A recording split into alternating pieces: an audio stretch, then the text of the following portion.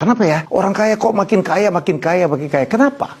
Orang kaya itu dia punya banyak sekali privilege. Ya, bayangkan nih, ada satu misalnya opportunity bisnis nih yang bisa dieksekusi. Untuk mengeksekusi ya sebuah proposal bisnis kan perlu modal, ya kan? Perlu modal. Nah, orang miskin nggak punya modal, susah. Kadang-kadang orang miskin dia udah punya ide yang baik, dia punya gagasan yang baik, begitu mengeksekusi, mentoknya di modal, mentoknya lagi di network. Karena biasanya orang miskin bergaulnya atau berkelompoknya dengan orang-orang miskin yang lain susah.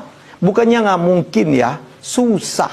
Memang pindah kuadran dari orang yang tidak mampu ke orang yang kaya itu memang disitulah sulitnya gitu ya. Sementara orang kaya kadang-kadang ya dia itu tambah kaya. Kenapa? Karena ada ide berseliweran, dia bisa eksekusi dengan gampang. Kenapa? Karena dia sudah tidak terbatas. Dia punya facility, dia punya privilege, dia punya orang, dia punya network, dia punya duit, dia punya modal. Itulah persoalannya. Ya, jadi apa yang harus bisa saya sarankan? Makanya upayakan, bekerja keraslah, jangan malaslah, kreatiflah, agar kita bisa keluar dari kuadran orang miskin atau orang tidak mampu menjadi orang yang menengah, ya kemampuan keuangannya dan kemudian makin kaya. Itulah sebabnya kenapa orang kaya makin kaya. Jadi orang kaya Raffi Ahmad, waduh, semua ide masuk ke dia kan dia bisa eksekusi, dia punya teman, dia punya duit, ya kan?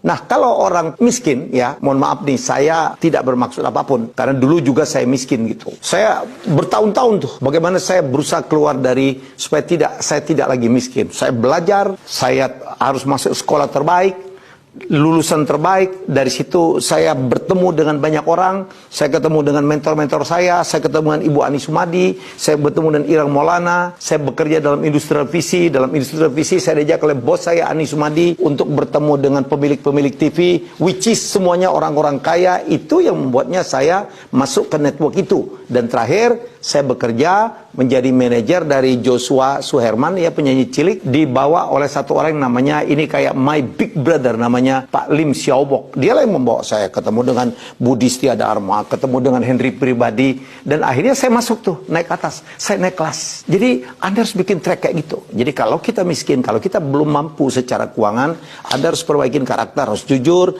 harus menjadi orang yang menyenangkan, harus menjadi orang yang sopan, harus menjadi orang yang disiplin, harus menjadi orang yang bisa bekerja baik dan dinilai orang, dan harus menjadi orang yang dibutuhkan oleh orang-orang kaya. Itu yang kita lakukan. Kalau tidak, ini yang terjadi. Orang miskin akan tetap miskin, orang kaya semakin kaya. Karena begitu dia kaya, dia punya semuanya, apapun proposal bisnis, ide bisnis dia bisa